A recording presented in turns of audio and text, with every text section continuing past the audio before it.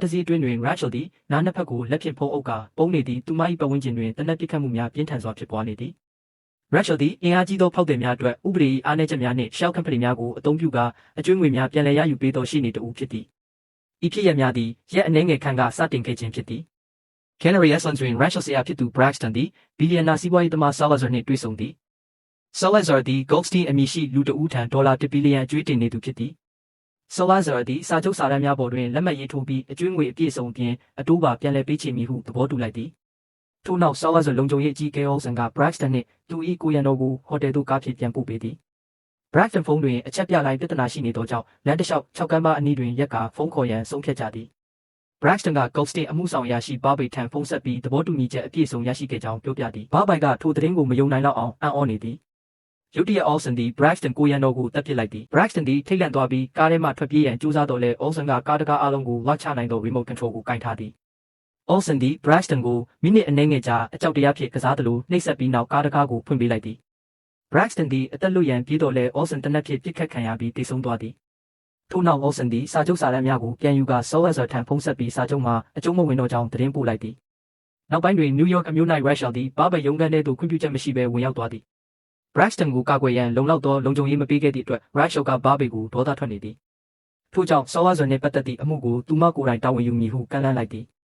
Barbie သည် Rachel ကိုသဘောမကျသလိုသူမ၏ဝန်ဆောင်ခမှလည်းအလွန်ဈေးကြီးသည်ဟုယူဆနေသည်သို့သောသူမတွင်ရွေးချယ်စရာနည်းပါးလာသောကြောင့်နောက်ဆုံးတွင်သဘောတူလိုက်ရသည် Barbie သည် Rachel အားပြန်လည်ရရှိမည့်ငွေ၏30ကိုအခကြေးငွေဖြစ်ပေးမည်ဖြစ်ပြီးထို့အပြင်ကြိုတင်ငွေဒေါ်လာ30တန်းကိုလည်းပေးရန်သဘောတူသည်ညပိုင်းတွင် Rachel သည်အမှုကိုအသေးစိတ်လေ့လာစစ်ဆေးသည် Salazar သည်နာမည်တုများနှင့်ကုမ္ပဏီအမည်တုများယာနှင့်ချီအသုံးပြုထားသောကြောင့်သူ့ကိုဥပဒေကြောင်းအရသာမကအခြားနည်းလမ်းများဖြင့်ပါတိုက်ခိုက်ရမည်ဟု Rachel ကဆုံးဖြတ်လိုက်သည် Rachel ဝန်ထမ်းများကဥပဒေဆိုင်ရာကိစ္စရပ်များကိုကင်တွယ်နေကြပြီးဥပဒေပြင်ပလှုပ်ရှားမှုများအတွက်အထူးကျွမ်းကျင်သူနှစ်ဖွဲ့လည်းရှိသည်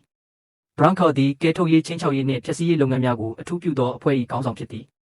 စစ်အဖွဲ့ကတော့လက်ပေးလက်ယူမှုအကျင့်ပြတ်ချစားမှုများဖန်တီးခြင်းနှင့်လူဝက်ဆောင်ကြီးထောက်လှမ်းရေးလုပ်ငန်းများကိုအထူးပြုလုပ်ဆောင်ကြသည်နောက်တစ်နေ့တွင် Rachel နှင့် Branco တို့သည် Salazar ရှိနေ Horowitz နှင့်တွေ့ဆုံကြသည်အစပိုင်းတွင်သူတို့သည်ပုံမှန်ဖောက်သည်များကဲ့သို့ဟန်ဆောင်နေကြတော့လဲ Salazar အမည်ကိုထုတ်ဖော်ပြောလိုက်သည်နှင့် Horowitz သည်အလွန်ထိတ်လန့်သွားပြီးလုံခြုံရေးဝန်ထမ်းတဦးကိုခေါ်လိုက်သည်လုံခြုံရေးဝန်ထမ်းအခန်းထဲသို့ဝင်လာသောအခါ Branco ကသူ့ကိုတက်ပစ်ပြီးနေရန်များပေါ်တွင်တွေးများဖြန့်ကျက်ပစ်မိဟုချိန်ချောက်လိုက်သည်ကြောက်လန့်နေသော Horowitz ကနောက်ဆုံးတွင်သူတို့ပြောချင်သည့်အကြောင်းအရာကိုနားထောင်ရန်သဘောတူလိုက်သည်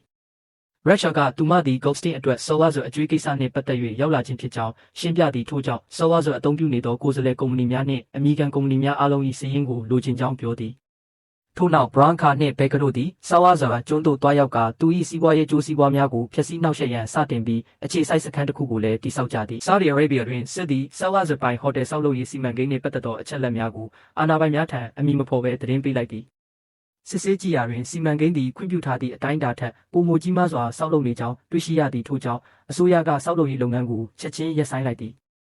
ယခုအခါ Horowitz သည်ထိုအရှုပ်တော်ပုံကိုဖြေရှင်းနေရသဖြင့်အလုံများနေပြီးစီမံကိန်းမှာတပတ်လျင် American $4 တန်းခန့်ဆုံးရှုံးနေသည် Horowitz ကလည်းဤကိစ္စ၏နောက်ွယ်တွင် Rachel ရှိနေသည်ဟုချက်ချင်းတန်တရားဝင်သွားသည်ထို့နောက်စစ်သည်ဆောက်လုပ်ရေးလုပ်ငန်းခွင်သို့တွားရောက်ပြီးစီမံခန့်ခွဲရေးမှူးကားကိုသူ၏ကားဖြင့်တမင်ဝင်တိုက်လိုက်သည်စစ်ကတင်းမာမတော်တဆဖြစ်တဲ့ကဲ့သို့ဟန်ဆောင်နေပြီးသူ၏လုပ်ဖော်ကိုင်ဖက်ကစားကလည်းဆရာဝန်တဦးအဖြစ်တရုတ်ဆောင်ကဒဏ်ရာရထားခြင်းရှိမရှိစစ်ဆေးပေးသည်ထို့နောက်သူတို့ကစီမံခန့်ခွဲရေးမှူးအားပြန်လည်နာလန်ထူရန်အနည်းဆုံး6ပတ်ခန့်အနားယူရမည်ဟုပြောကြားပြီးတစ်ချိန်တည်းမှာပင်လက်ထိုးငွေများကိုသူ၏ကားထဲသို့ထည့်ပေးလိုက်ကြသည်စီမံခန့်ခွဲရေးမှူးကထုံငွေများကိုရေတွက်ကြည့်ပြီးသဘောတူကြောင်းလက်မှတ်ထောင်ပြလိုက်သည့်ထို့နောက်ရင်တိုက်မှုဇလန်းကိုအကြောင်းပြကာရက်တပတ်အနည်းငယ်ကြာပျောက်ကွယ်နေမည်ဟုသဘောတူလိုက်သည်မကြာမီ Horowitz ထံသို့ဖုန်းခေါ်ဆိုမှုတစ်ခုရောက်လာသည့်ဆောက်လုပ်ရေးအတွက်အသုံးပြုမိတံမဏိပစ္စည်းများသည်စာရွက်စာတမ်းများနှင့်မကိုက်ညီသောကြောင့်အာဏာပိုင်များကတင်စီထားကြောင်းသတင်းပို့ခြင်းဖြစ်သည်ယခုအခါဒဏ်ကြေးများနှင့်လုပ်ငန်းနှောင့်နှေးမှုများကြောင့် Salazar သည်တပတ်လျင် American $5 တန်းခန့်ဆုံးရှုံးနေရသည်တစ်ဖက်တွင် Branco နှင့် Baker တို့သည် Salazar ရေနံတူးဖော်ရေးစဉ်တွင်အလုပ်သမားများအဖြစ်ဟန်ဆောင်ဝင်ရောက်ကြသည်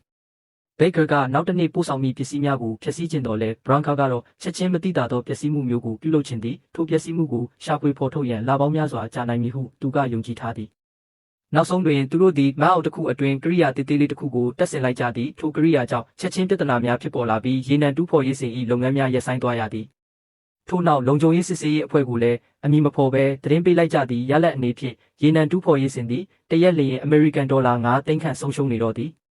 Salazar သည် Horowitz နှင့်တွေ့ဆုံကရှင်းလင်းချက်တောင်းခံသောအခါ Horowitz ကအရာအလုံး၏အကြောင်းရင်းမှာ Rachel ဖြစ်ကြောင်းပြောဆိုသည် Salazar က Rachel ကိုတပ်ပစ်လိုကြောင်းပြောတော်လဲ Horowitz ကထိုအကြံကိုကန့်ကွက်သည် Rachel သည်သူမ၏လုပ်ငန်းဆောင်တာကိုဆက်လက်လုပ်ဆောင်ရန်ကြိုတင်စီစဉ်ထားပြီးဖြစ်ကြောင်းရှင်းပြသည် Rachel တည်ဆုံးသွားပါကကြိုတင်ငွေပေးထားသောရှေ့နေ20ဦးကသူမ၏မစ်ရှင်ကိုဆက်လက်ဆောင်ရွက်မည်ဖြစ်သည်ဤပြဿနာများကြောင့်တလလျင်ဒေါ်လာ28တန်းခန့်ဆုံးရှုံးနေရသဖြင့် Horowitz ကညှိနှိုင်းသဘောတူညီချက်တစ်ခုပြုလုပ်ရန်အချိန်တန်ပြီဟုယူဆသည်Rachel သည် Salazar စီးပွားရေးလုပ်ငန်းများထဲမှအဆိုးရွားဆုံးအစိတ်ပိုင်းများကိုမတွေ့ရှိသေးသောကြောင့်ယခုအချိန်ထိအခြေအနေကိုထိန်းထားနိုင်မည်ဟု Horowitz ကယုံကြည်နေသည်သို့သော Horowitz မသိသည့်အချက်တစ်ခုရှိသည်ယခင်လာရောက်ခဲ့စဉ်က Bronca သည် Horowitz ရုံးခန်းအတွင်းလျှို့ဝှက်နားထောင်ရေးကိရိယာတစ်ခုတက်ဆင်ထားခဲ့ခြင်းဖြစ်သည်ထို့ကြောင့် Rachel သည် Horowitz မတမာသောလုပ်ရက်များနှင့်လျှို့ဝှက်ချက်များစွာကိုသိရှိလာခဲ့သည် Salazar တွင် Wolfgang ဟုခေါ်သောစည်ရင်းကင်တဦးရှိပြီးသူသည်ငွေကြေးအင်ပါယာတစ်ခုလုံးကိုစီမံခန့်ခွဲနေသူဖြစ်သည်သူသည်ငွေများကို Shell Company များအတွင်းဖုံးကွယ်ထားခြင်းဖြင့်ထိန်းသိမ်းစီမံလေးရှိသည်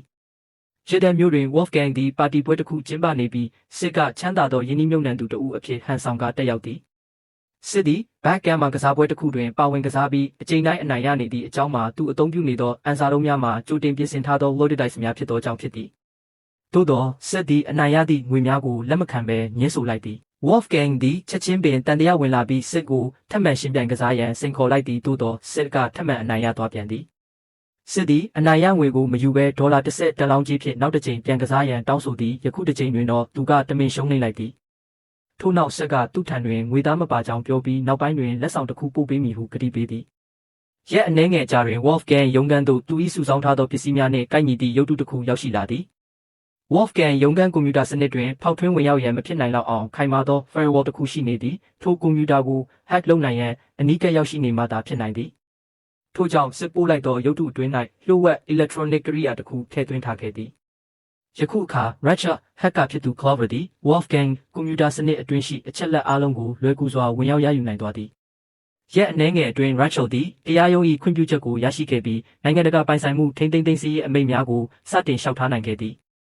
Horowitz က Rachel ထံဖုန်းဆက်ပြီးဒေါ်လာတန်း300ဖြင့်သဘောတူညီမှုရယူရန်ကမ်းလှမ်းတော်လဲ Rachel ကညှင်းဆိုလိုက်သည်ထို့အပြင် Salazar နှင့်ကိုယ်တိုင်တွေ့ဆုံရန်တောင်းဆိုပြီးဖုန်းချသွားသည်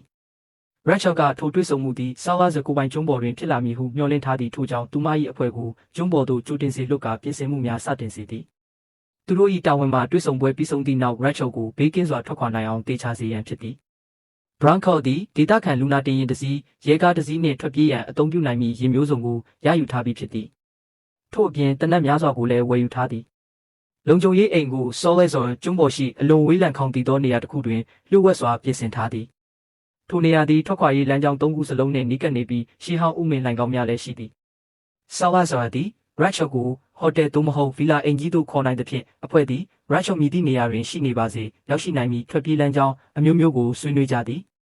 Salazar ကလေကြောင်းကိုထိန်းချုပ်ထားသောကြောင့်ရဟတ်ယာဉ်များကိုအသုံးမပြုနိုင်ပေထို့ကြောင့်သူတို့သည် radar တွင်မထင်ရှားနိုင်သော group များကိုအသုံးပြုရန်စီစဉ်ထားကြသည်ပထမဆုံးထွက်ပြေးလမ်းကြောင်းမှာမြို့တွင်းလမ်းကြောင်းဖြစ်သည့်စမ်းတက်ကြည့်ရာတွင်အဖွဲ့၏ကားသည်ရင်ကျိုးပိတ်ဆို့မှုတွေတွင်ချက်ချင်းပိတ်မိသွားသည်ထို့ကြောင့်သူတို့သည်ဆိုင်ကယ်များကိုအသုံးပြု၍လမ်းကြောင်းကိုစမ်းတက်ရန်ဆုံးဖြတ်လိုက်ကြသည်အဖွဲ့သားများသည်မြို့လမ်းများအတွင်းအလွန်အန္တရာယ်များသောအရှိန်ဖြင့်မောင်းနှင်ကြသည်ထိုအချိန်တွင်ရဲများကသူတို့ကိုသတိထားမိသွားပြီးနောက်မှလိုက်လံဖမ်းဆီးရန်စတင်လိုက်ကြသည်အဖွဲ့သည်အရှိန်မြင့်စွာဆက်လက်မောင်းနှင်နေပြီးမြို့ပြင်သို့ထွက်နိုင်ရန်အံ့အားသင့်ဖွယ်မောင်းနှင်မှုများကိုပြုလုပ်ကြသည်ထို့ကြောင့်လိုက်လံဖမ်းဆီးမှုသည်ကျေးလက်လမ်းများအထိဆက်လက်ဖြစ်ပွားနေသည်ဆိုင်ကယ်စီးအဖွဲ့သည်မိုးရေစီးမြောင်းကြီးတဲ့သို့ခုန်ဆင်းရန်ဆုံးဖြတ်လိုက်ကြသည်ရဲများကထိုနေရာသို့လိုက်မဝင်နိုင်သဖြင့်သူတို့သည်အောင်မြင်စွာလွတ်မြောက်သွားပြီးအရှိတ်ဘက်ကယ်ဆယ်ရေးစုံမက်သို့ရောက်ရှိသွားကြသည်ထို့နောက်အဖွဲ့သည် group များကိုစမ်းသပ်အသုံးပြုကြသည်သို့သောရင်းတို့ကိုပြန်တန်းရန်အစဉ်သင့်ဖြစ်အောင်ပြင်ဆင်ရာတွင်အချိန်လွန်ကြာနေသည်စစ်နှင့် Bronca တို့သည်ရင်းတို့၏လူများကိုဆက်လက်လေ့ကျင့်စေပြီး group များကို3မိနစ်အတွင်းအသင့်ဖြစ်အောင်ပြင်ဆင်နိုင်သည့်အထိအချိန်လျှော့ချရန်ညွှန်ကြားကြသည်နောက်ဆုံးထွက်ခွာရေးလမ်းကြောင်းမှာအနောက်ဘက်တွင်ရှိသောဥမင်လိုင်ကောင်းဖြစ်သည့်ရင်းမှတဆင့်ဗီလာအင်ကြီးမှထွက်နိုင်တော်လဲမြည်သူများနောက်မှလိုက်နိုင်မည်မဟုတ်ပေသို့သော6ကမ်းပါအတွင်ပိုင်း၌တွာလာရန်လမ်းကြောင်းကောင်းမရှိသောကြောင့်ထွက်ပြေးရန်အချိန်များစွာကြာနိုင်သည်ဤပြဿနာကိုဖြေရှင်းရန် Bronco သည်နောက်ရက်များတွင်အဖွဲ့သည်ထွက်ခွာရေးလမ်းကြောင်းအားလုံးကိုအကြိမ်ကြိမ်လေ့ကျင့်ကြသည့်ရည်ရွယ်ချက်မှာအချိန်ကိုတိကျစွာထိန်းချုပ်နိုင်ရန်နှင့်မတွေ့ရသေးသောအတားအဆီးများမရှိကြောင်းသေချာစေရန်ဖြစ်သည်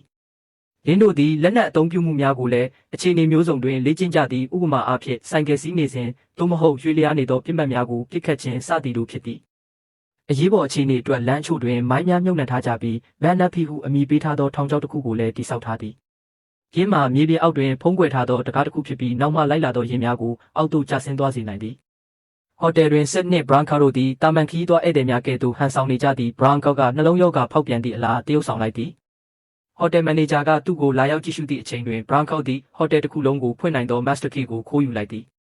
ထို့နောက်ဆက်ကဘရန်ကာသည်နှလုံးရောဂါဖြစ်နေခြင်းမဟုတ်ဘဲသွေးရင်းတကြားတက်နေနေခြင်းသာဖြစ်ပြီးတကြားလုံးအနှဲငယ်လိုအပ်ကြောင်းရှင်းပြလိုက်သည်ကက်ဆာကလုံခြုံရေးကင်မရာများကိုပိတ်ပြီးနောက်စစ်နှင့်ဘရန်ကာတို့သည်ထိုသောကိုအသုံးပြုကာဖန်တောက်စခန်းထဲသို့ဝင်ရောက်ပြီးလူဝက်နားထောင်ရေးကိရိယာများစွာကိုတပ်ဆင်ထားကြသည်